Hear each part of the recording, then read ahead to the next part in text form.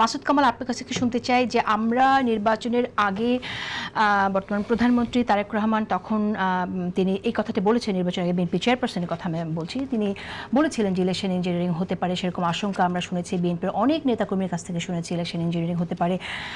এবং অনেক ক্ষেত্রে যারা পলিটিক্যাল অ্যানালিস্ট, যারা রাজনীতি নিয়ে বিশ্লেষণ করছে, তাদের কাছ থেকে এরকমটাও শুনেছি যে ক্ষমতায় আসলে জামাত, এরকম কথা শুনে প্রশাসনে জামাতের প্রচুর লোক। কিন্তু ব্যারিস্টার আসিফ ফুয়াদ বলছেন যে প্রশাসনের ভরকেন্দ্র আসলে চায়নি জামাত আসুক, অর্থাৎ এবং প্রশাসন সেক্ষেত্রে যে আচরণটা করছে তাতে করে তো মনে হয় যে আসলে প্রশাসনে জামাতের কেউই ছিল না এবং এন্টি জামাত এরকম। এবং আমরা শেষ পর্যন্ত দেখছি জামাত ইসলামী বলছে যে ইলেকশন ইঞ্জিনিয়ারিং হয়েছে। আপনার বিশ্লেষণ শুনতে চাই।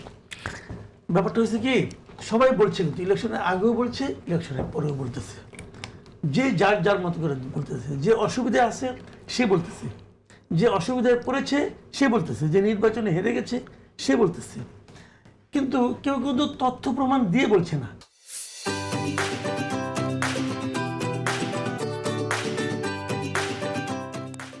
একদম অকাট্য, এই যে আমি একটা প্রমাণ দিলাম, দেখেন এইটাই প্রমাণ করে ইলেকশন ইঞ্জিনিয়ারিং হয়েছে, এই কথা কেউ বলছে না। সবাই এক ধরনের ধারণা থেকে বলছে, এক ধরনের আপনার আলোচনা থেকে বলছে, এক ধরনের মানুষের মধ্যে পাবলিক পারসেপশন থেকে বলছে, কেউ কেউ বলছে লোকে বলে। তাহলে এরকম কথা তো আমরাও শুনছি। দেখেন, আমি তো এই নির্বাচনে ভোট দিয়েছি, আমি তো ভোট দিয়েছি, আমার দাগ এখনো আছে, যাই না নখের মধ্যে একটা, আমি তো ভোট দিয়েছি। তো আমি আমার সাদা চোখে ইঞ্জিনিয়ারিং দেখি নাই।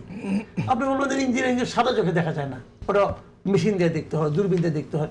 দূরবীন দিয়ে আপনি কি পেয়েছেন সেটা আমাদের একটু দেখান, না দেখলে আমি কি করে বুঝবো? এটা আমরা বহুদিন ধরে দেখে আসছি, হেরে গেলে ইঞ্জিনিয়ারিং এর অভিযোগ ওঠানো হয়। আচ্ছা হোক, আমরা কি শুনেন, মানে পাবলিকলি আমরা কি শুনি? আমরা কিন্তু অনেক কিছু শুনেছি। যেমন আমরা শুনেছি মামুনুল হক নাকি জিতছিল, ওইখানে ইয়েকে হারাই দেওয়া হয়েছে, সে উষ্মা প্রকাশ করছে। হ্যাঁ, আবার শুনেছি নাসিরউদ্দিন পাটোয়ারি বলছে, কিন্তু এখনো বলে, মির্জা আব্বাসকেও বলে আমার হারাই দিলেন, মানে সে জিতছিল বলতে যাচ্ছে। আবার তো আমি এটাও শুনছি যে নাহিদ হেরে গেছিল, জামাতের আমির হেরে গেছিল, শুনছি রে ভাই। এখন আমি যদি এইটুকু বিশ্বাস করি, তাহলে তো আমিরের প্রয়োজন আমাকে বিশ্বাস করতে হয়। এবং শোনা এবং সত্যের মাঝে তফাৎ আসলে কতটুকু বুঝবো কি করে, আমরা কি করে জানবো? তাহলে না ভাই, গুনেন আরেকবার, এই গুনার দেখলাম আজকে কোর্ট অর্ডার দিয়েছে কয়েকটা জায়গায় এরকম, বাকিগুলো অর্ডার আসুক, দেখি গুনি আরেকবার, শুনি কি হয়েছে। কিন্তু জামাত নিজেরাও কিন্তু বলছে যে ভোট ঠিক হয়েছে, গুনাহ ঠিক হয় নাই। এটা কিন্তু জামাত অনেক নেতা বলছে। যেমন পারওয়ার সাহেব বলতেছে যে কথাগুলি, এখন পারওয়ার সাহেবের যে জিততো এই কথা কইতো না তো ভাই, তখন পারওয়ার সাহেবের যে হাঁটতো সে বলতো।